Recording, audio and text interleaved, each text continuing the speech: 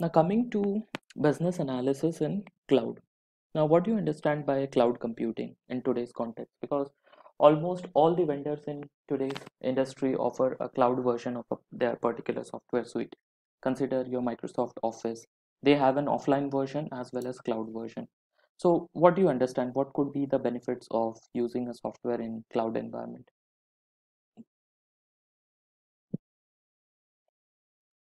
Easy access to everyone, Okay, and it's centralized. So okay. any changes made by anyone can be visible to anyone else if it's a shared thing. Mm-hmm. And what about the operational cost? So basically, you don't need to have a local server or something to store the Absolutely. data. And Absolutely. So what happens in today's industry, whatever product that we get in the form of software, traditionally what is to happen, we have to not only pay for building or developing that particular software, we have to also pay for the infrastructure associated in terms of hosting that particular application, maintaining the server. And if you see, the server cost is way high when it comes to maintaining a particular application for any XYZ companies. So companies, what they did traditionally, they developed their particular application one in the waterfall way, wherein they spent a lot in terms of developing that particular application. Secondly, they had to invest heavily on the infrastructure part. Now, whatever we have covered in our previous sessions, we saw how the waterfall approach has become irrelevant at this point of time, and we have gradually moved to an agile environment. So that was the case in terms of reducing the development cost, or creating a channel wherein we get precise requirements upfront, or the requirements which are changing in nature, so that we meet the current market needs at this point of time. But what about the infrastructure part? We have to some way, you know, streamline the infrastructure as well. So what people did, in order to reduce the cost of the infrastructure, buying the particular server, what they did, they started hosting their application in a particular cloud server. The moment you say hosting a particular application in a cloud server is like you don't have to maintain your in-house infrastructure. All the infrastructure aspect would be taken care of by your cloud vendor. Rest all application coding you have to keep on doing. So if you consider Microsoft Azure or your Amazon Web Services or Alibaba Cloud, they offer a bouquet of services through which you can host your application. They would take care of all the infrastructure needs. But in return, what do they charge you? A minimal fee. It could be a yearly fee, it could be a monthly recurring fee, or it could be a pay per use fee. Fee. Now, what's the difference between the pricing plan? The yearly fee, or the monthly fee, or the pay per use fee? Now, not everyone's need is same. Some customer would be having high volume of transaction happening in a particular day, or typically a banking system. So they would go for a yearly fee because their need is too high. Then there is monthly fee. So there would be some website who would be offering some subscription services. So for them, heavy volume of transaction is not possible. So what they would do, they would opt for a monthly fee. But what about the users who have very minimal usage over the internet, who just want to host their application, and when someone purchases a particular product, they would like to do a usage based fee. So that is called as pay per use fee. Wherever you use a particular service, you pay that particular fee. So every industry has these three plans in place depending on the usage or the needs of their respective individual usage category or the spend range. Now, that is the costing part. What about the scalability and all other non-functional aspect part? So, I mean, have you ever wondered why these non-functional requirements are not given that much importance in today's agile project? The reason is cloud computing, because all the infrastructure part is taken care of by your third-party vendor. they take care of all your scalability, reliability, availability aspect. So you need not to write these requirements at this point of time. All this thing would be taken care of by your third party vendor. Rather, they would create an SLA document, your service level agreement document with that third party vendor like Microsoft Azure or Amazon Web Services, and they would be taking care of all this needs. So as a business analyst, we don't write those sort of non-functional requirement in today's scenario because every infrastructure is taken care by our third party vendors. Now, if you consider cloud computing, NIST is the organization who is a core foundation who offers the necessary guidelines for this cloud computing infrastructure. NIST stands for National Institute of Standards for Technology. It's an agency under the US Department of Commerce. So this is the governing body who takes care or lay out the foundation for how the cloud infrastructure would be implemented. So cloud computing is a model for enabling ubiquitous, convenient, on-demand network access to a shared pool of configurable computing resources. Now, what is this shared pool of configurable computing resources? Now, there are two concepts in cloud. One is your public cloud and then one is your private cloud. Now, typically, banking systems are hosted in your private cloud. Now, when it comes to pooling, um, let's say your third party vendor who is offering your cloud services for hosting your particular web application into their servers. Now, they are firstly charging you very minimal amount. Now, how do they create their revenue source? So what they would do, they would share that particular server with different users like you.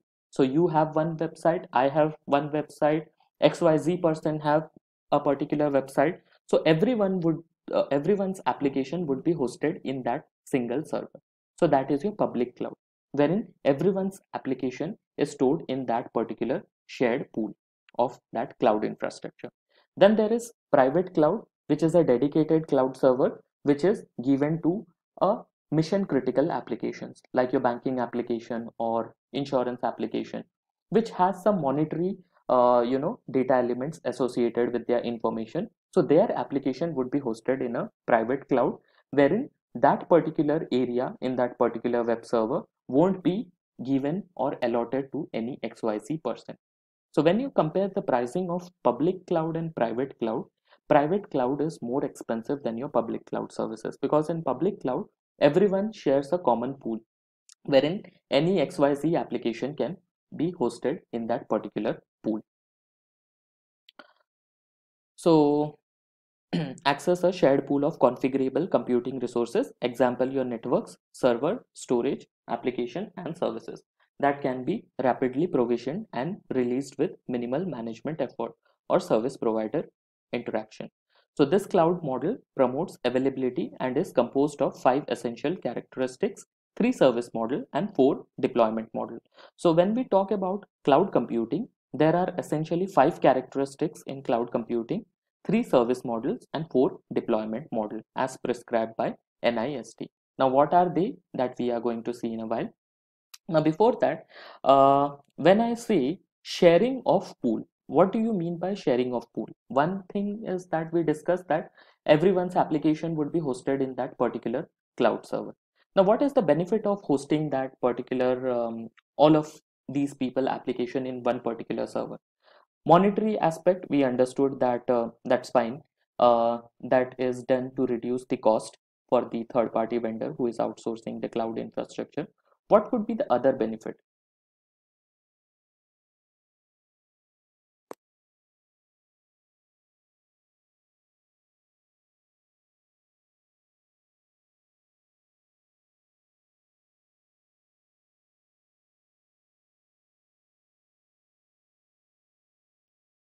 Okay, let me give you a hint. It is something related to the processes within that particular server.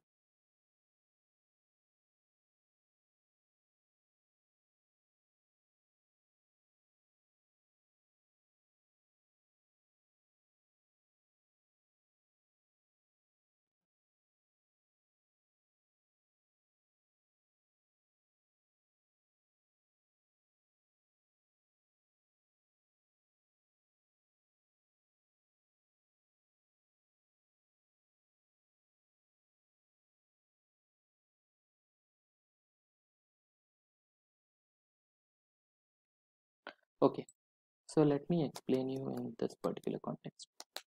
So let's say we take an example wherein we have this India Infoline website. Okay, and then there is US Infoline website. Now this India Infoline website, the users are active from, let's say, 9 a.m. till 9 p.m. and US Infoline website is also active from 9 a.m. to 9 p.m. Now both of these application is hosted in a public cloud, which is essentially a same server.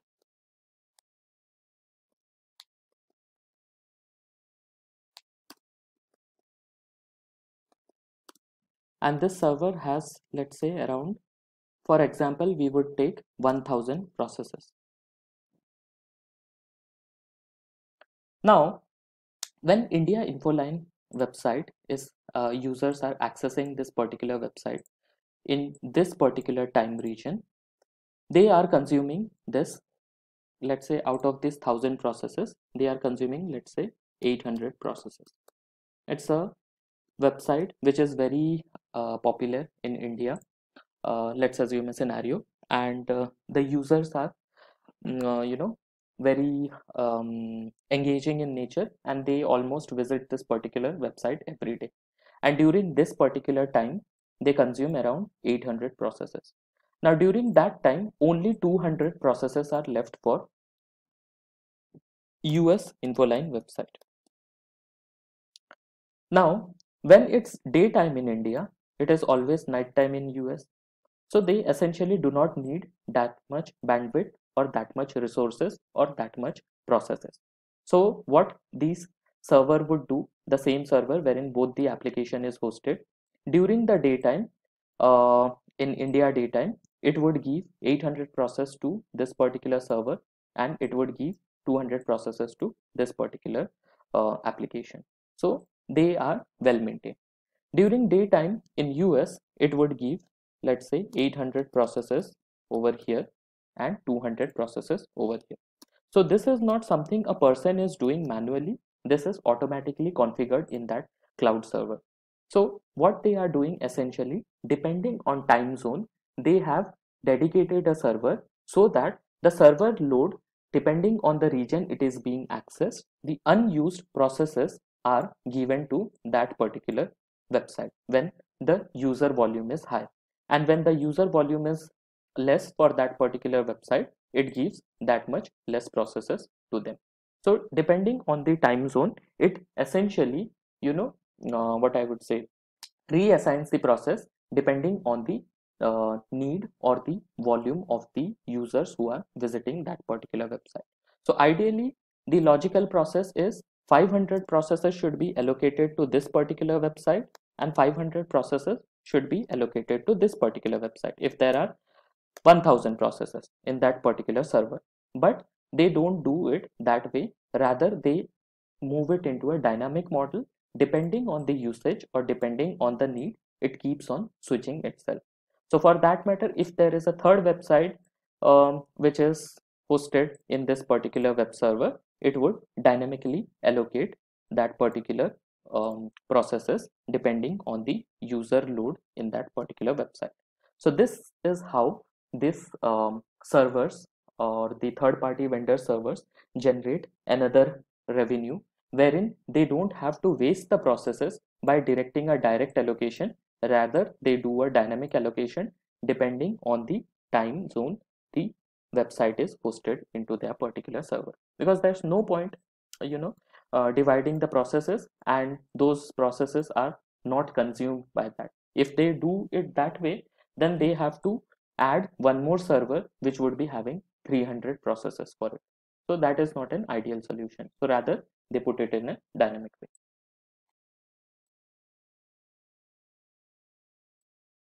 Now if we consider the 5 essential characteristics of cloud, so first is your on-demand self-service, then there is your broad network access, then there is resource pooling or the pooling that we just saw, in this particular example. Then there is rapid elasticity, and fifth is your measured service. Now, what is on-demand service? So on-demand service is cloud computing is self-service and available all of the time.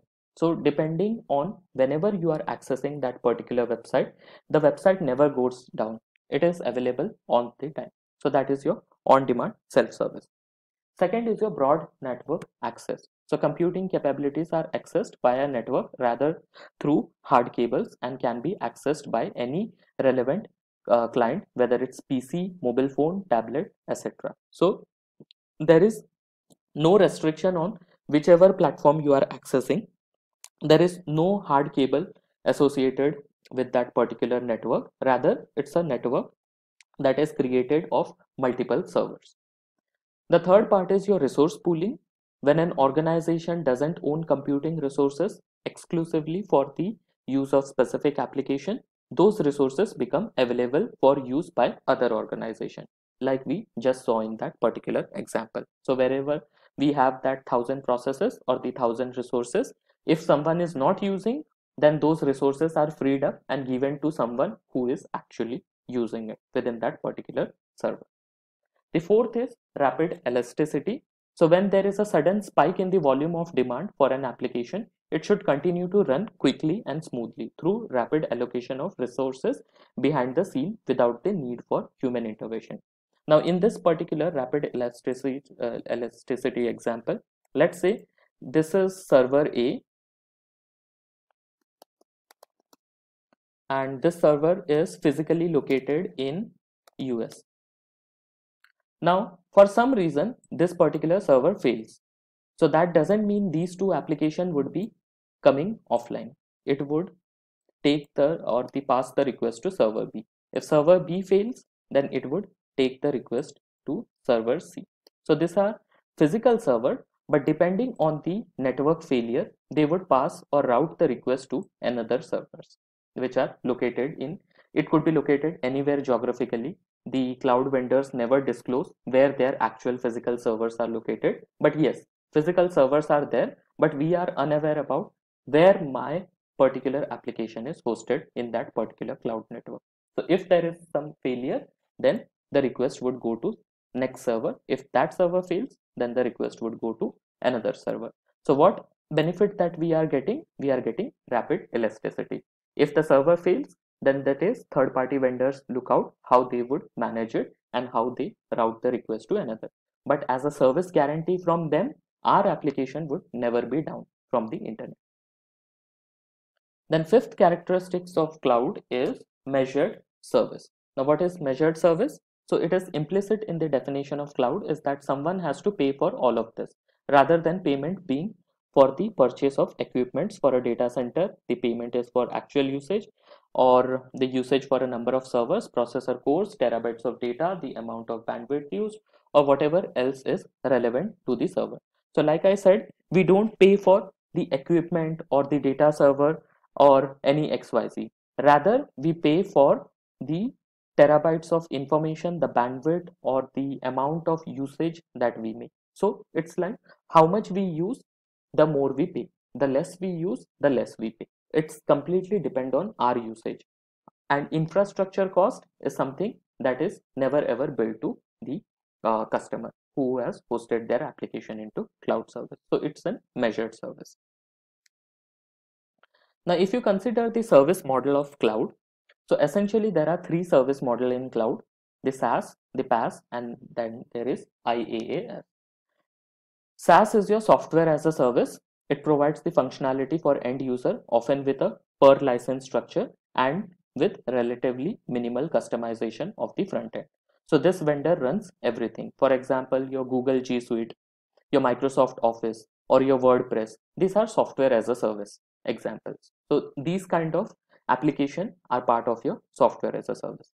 Then comes your platform as a service. So here we are directly using their software product. We don't have to do some some sort of coding or anything. We are just using the software as it is available to us. What happens in platform as a service?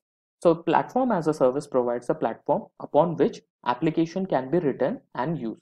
So it's the vendor runs the infrastructure, middleware, and operating system, and we manage our application. So if you consider Google Play Store or Windows App Store, it is platform as a service. Google and Microsoft, they have provided a platform like Play Store and Windows App Store, wherein we create our own app and we host that particular application. So we create the coding and all those stuff, while the vendor only maintains the infrastructure, middleware, and operating system. So that's an example of PaaS. Then there is IaaS, infrastructure as a service. So infrastructure provides core infrastructure as a utility service. The vendor runs infrastructure only, you manage everything else. If you consider Amazon Web Service, now in Amazon Web Service, they have a host of some offerings to offer. Now some user may be interested in uploading video files. So for that, they offer Amazon S3 servers.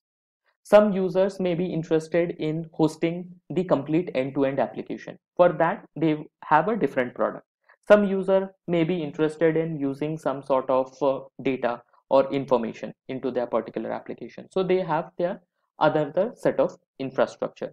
So what they essentially provide, they provide the infrastructure. And depending on our usage, I would choose what infrastructure best suits me. For example, I want to upload my videos into Amazon Web Service, which I already do essentially. So I usually use Amazon S3 server. So S3 server is exclusively for hosting that particular video files into Amazon application. So they gave me the infrastructure. I'm hosting my video files over there. I am hosting my Excel sheets or any PDF that I want to create and sell it on my particular website. I host all those applications into Amazon S3 server. Now, depending on that, basis on who is viewing that particular information, Amazon charges me depending on the bandwidth transfer, the GET request, the PUT request. Depending on that, they charge me the monthly billing. Now, this billing is very minimal. They charge around it's around 12 cents or 13 cents for 1 GB data transfer. So that is very negligible. 12 cents and 13 cents is not that much amount. So that is a benefit. If someone is not using it, I mean any of my participants or the subscriber of my particular website, then they won't charge me. So I'm essentially on a pay-per-use model, wherein I'm paying for only that much when which I am using. Now then there are 4 deployment model: private cloud, then the public cloud, then there is community cloud, and then there is hybrid cloud. So private and public cloud we have already spoken about. If we go about the community cloud, it is similar to the public cloud, except that its access is limited to a specific community of cloud consumers. So the community cloud may be jointly owned by the community members or a third party members. So for example, your Tableau public, which is hosted in that particular cloud server, so that is a community cloud. If you consider the Jira, that is again a community cloud. So those are examples of your community cloud, wherein the members who would be accessing that cloud infrastructure are interested in that particular product only, nothing else. Then comes your hybrid cloud. So hybrid cloud is a cloud environment comprised of 2 or more different cloud deployment models. For example, a cloud consumer may choose to deploy cloud services processing sensitive data to a private cloud, and others less sensitive cloud services to a public cloud. Now, considering the banking application. Now, in banking application, we have different sorts of information. We have the general information, and then we have transaction information, which needs to be updated into the system. Now, if I adopt a hybrid cloud model, since I already know that private cloud is very expensive, so there's no point of putting the general information in private cloud. So what I would do, I would go for hybrid cloud, wherein all the private transaction information I would put it in private cloud, and the non-private information, or which are not that much sensitive information like general information, that I can host in public cloud. So those kind of infrastructure are called as hybrid cloud. So essentially these are the 4 models that comes into the picture when it comes to deployment of the cloud infrastructure. So this is how your private cloud look like. This is your consumer, and the dedicated private cloud is given to that particular organization. This is completely private in nature. This is your public cloud, wherein all your applications are stored in one particular cloud server. Like Google is having their application, Salesforce, Zoho, Yahoo, Microsoft, Amazon, Rackspace. They all have their application hosted in their specific cloud server. Then this is your hybrid cloud, wherein sensitive information are stored in private cloud and non-sensitive information are stored in your public cloud. So that is an hybrid cloud structure. And this is your community cloud, like we have taken an example of Jira, or the other one like your Tableau. Those kind of things can be stored in your community cloud. Now, what are the roles within cloud computing? Now, these are the four essential roles that would come into picture when it comes to cloud computing. One is your cloud provider, then is your cloud consumer, then is your cloud service owner, and then there is cloud resource administrator. Now, who is cloud provider?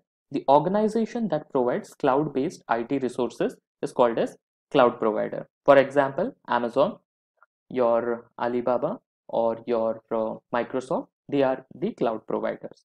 When assuming the role of cloud provider, an organization is responsible for making cloud services available to cloud consumer as per agreed upon the SLA agreements. So these organization, they have their own SLAs in place, like how much time they would be available, or if there is any emergency that has happened, how the disaster and recovery would happen for that particular system.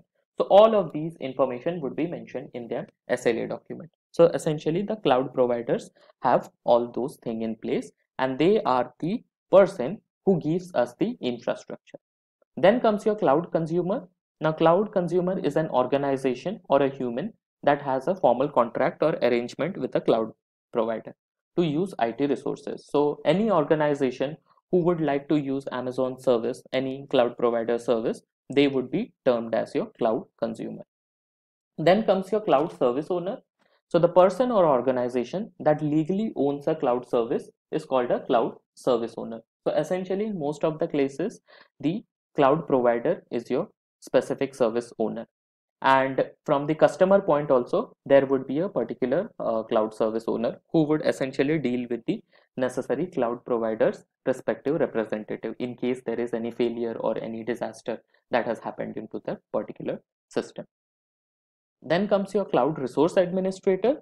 So it is the person or organization responsible for administrating a cloud-based IT resources, including all your cloud services. So the cloud resource administrator can be or belong to the cloud consumer or cloud provider of the cloud within which the cloud service resides. Alternatively, it can be or belong to a third-party organization contracted to administer the cloud-based IT resources. Now, when the billing happens, the billing needs to be tracked at both ends, at the provider end and at the consumer end. Now, let's say there are 100 requests coming in a particular month, and the provider has billed for that 100 requests to the consumer. Now, consumer side, there has to be some resource administrator who has to keep a track whether 100 request has gone to that particular person or not. Only then, if the bill is matched, then only they would pay. Why they would pay for extra, calls or the service calls that are coming to that particular person or that particular organization? They shouldn't pay. So that transparency has to be maintained at both the level, wherein they would check each and every request whether it has came to their system or not. In most cases, what organization do, they hire a third party organization who essentially monitors the send request and receive request from both the parties, provider and consumer, to have that fair balance of transparency.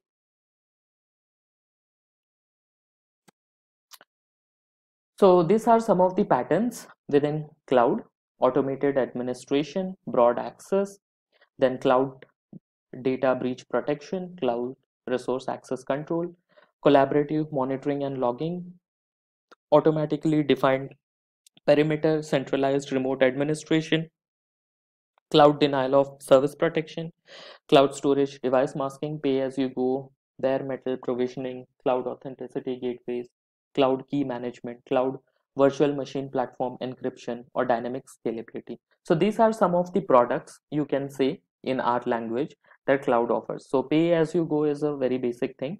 Now, what is cloud key management?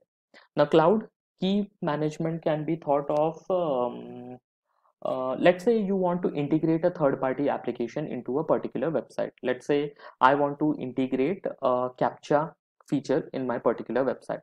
So how do I get that CAPTCHA integration into my particular website? So what I have to do, I have to sign in into my Google administrator account, and from there I have to request a unique CAPTCHA key.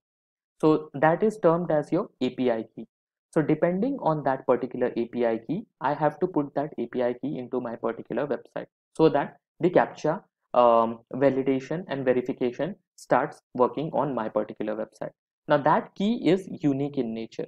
So that key is generated on the cloud infrastructure. So those kind of services are called as cloud key management services, wherein we have the API key or any XYZ key. Depending on that particular key, I am accessing the feature in my particular integrated website. Now, this particular access fee is not free. Every time someone requests for a CAPTCHA, we have to pay certain amount. It could be on a, if I am on a monthly subscription plan, I pay the fees monthly upfront. If I am on a pay-per-use plan, I pay basis on who requests that particular CAPTCHA and how many times it has been requested. Then there is cloud virtual machine platform encryption. This example can be, has anyone used VDI, virtual desktop infrastructure, in their project, or virtual machine access for that matter? Yes, in college and university we used to use that. Yes. If so, yeah. So we were not in the library. We can access our through a laptop or a system that has all the rights that is in our library. Right. So that is your cloud virtual machine platform encryption example. So that is a service which is offered by your cloud provider. So if you take an example of your application like TeamViewer, so that is a very best example wherein we could use the access functionality of the cloud system. So again, it's not free. It depends on what's the plan that you are using. So how the pricing model is there, that basis on your access time they price you. So let's say you are accessing that particular system for 30 minutes, then you would be billed for 30 minutes. If you're accessing the system for 1 hour or 2 hours, you would be billed for 1 hour or 2 hours. Then there is something called as cloud authentication gateway. Now cloud authentication gateway, you can consider all your payment gateway that is in place, which does the cloud based authentication, or for that matter your Google authentication. So these are examples of cloud authentication gateway. Then there is centralized remote administration, wherein let's say you are having an you are working for an organization. Now in that particular organization there would be multiple sub application which is available for all the employees. There could be leave management system, there could be payroll system, there could be your finance system, there could be your learning system. Now for every system you need to have the same username and password. You cannot remember so many password for all these things. So what you do, you deploy a centralized remote administration wherein you use the same single sign-on methodology for all the systems that are available within in your organization. Now how do you control that particular access? So let's say a particular person is not supposed to access a particular application. So what they would do, they would untick that particular application from that user's profile. So that is your centralized administration system wherein you can administer that particular application. Likewise, you can read more in NIST website what all these things are in detail as per your time convenience. Now, who manages what in cloud? Now, when it comes to cloud computing, we saw there is a cloud provider and then there is a cloud consumer. Now, who manages what? There are n number of things that are happening in a cloud-based infrastructure. Now, let's say there are this things that are available in cloud computing: applications, data, runtime, middleware, operating system, virtualization, server, storage, and networking. Now, this Blue Legend, they are signifying the business team's accountability, and green are something the cloud vendors accountability. Business team as in our accountability, who is hosting their application, we manage it, and green are something the vendor manage it.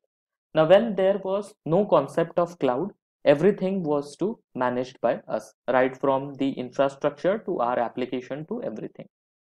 Now if I apply infrastructure as a service, now when I apply these particular model, infrastructure as a service, in that particular context, application would be managed by us, data would be managed by us, runtime of application would be managed by us, the middleware would be managed by us, the operating system would be managed by us.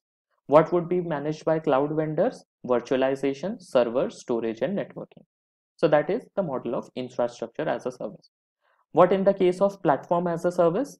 In platform as a service, application would be managed by us, data would be managed by us, rest, runtime, middleware, operating system, virtualization, server, storage, and networking would be managed by the cloud vendor. What in the case of software as a service? In software as a service, everything would be managed by your cloud vendor, like your Microsoft Office. This is your Google Play Store application, wherein your application in data is managed by us. Rest, all the Play Store infrastructure is managed by the cloud vendor. And this is the case wherein we are hosting our application on Amazon Web Services, wherein they only provide the infrastructure, rest all thing has to be managed by us. So this is the accountability when it comes to subscribing for a particular model within a cloud environment. So where do BAs fit in cloud projects? Any idea?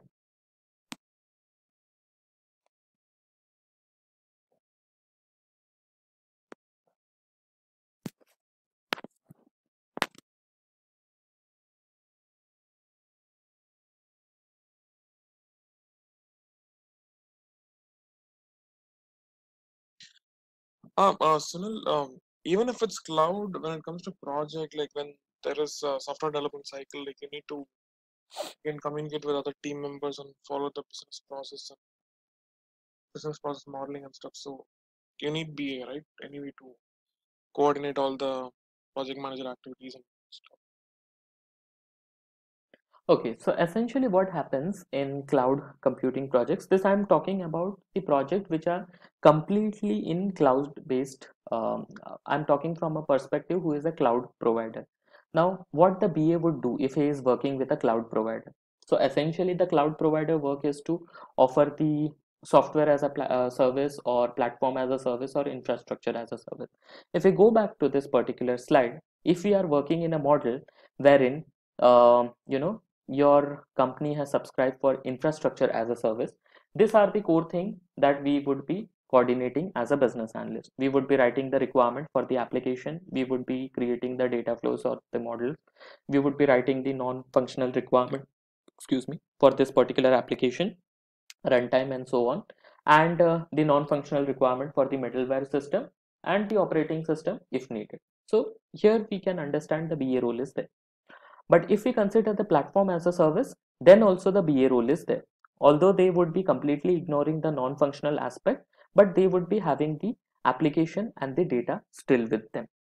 Rest all thing would be taken care of by your cloud vendor. But what about software as a service based application? I don't think there is any BA role over here,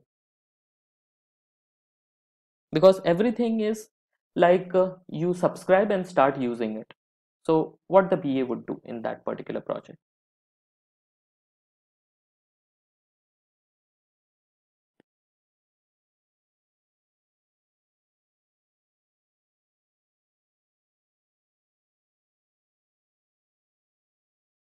Maybe like gathering the requirements from the client, like what exactly is required, and then coordinating with the vendors and third party who are providing the cloud services. Yes, that could be a possibility, that they would be, I wouldn't say taking the requirement as such, but it would be more from a, what I would say, mm, it's not a core BA role, rather it's a techno-functional role, wherein he would be contributing towards the implementation of that particular thing, or he would be more focused on budgeting and costing part. Essentially, to be very honest, I haven't seen a BA who is engaged in SaaS model, but yes, these two model we do have BA, we require them. So I am currently working on this PaaS model, wherein I am taking care of the application and the data. Rest all things are taken care by my cloud vendor, who is essentially Accenture. Then SaaS model, I don't think BA is required. What I do essentially is like, if there is some issue with the third party vendor, or the application breaks down for some reason, then we do raise a Salesforce ticket to Accenture team, and they resolve it for us. Okay, so if you Google your Amazon Web Services, you should be able to see some of the offerings that they provide, what all things they offer in their suite. So they have different products. If you consider their products, so these are some of the products that they offer. So you could see the features and what this product does. Depending on your needs, you can subscribe to any of these products. So they have a whole bouquet of product to offer.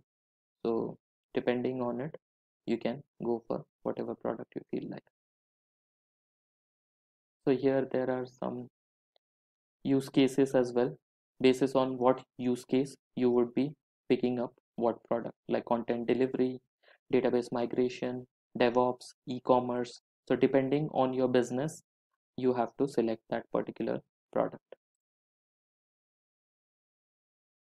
So if you want to go for web hosting, you can use this Lightsail product. So depending on the need, you can go for that particular product.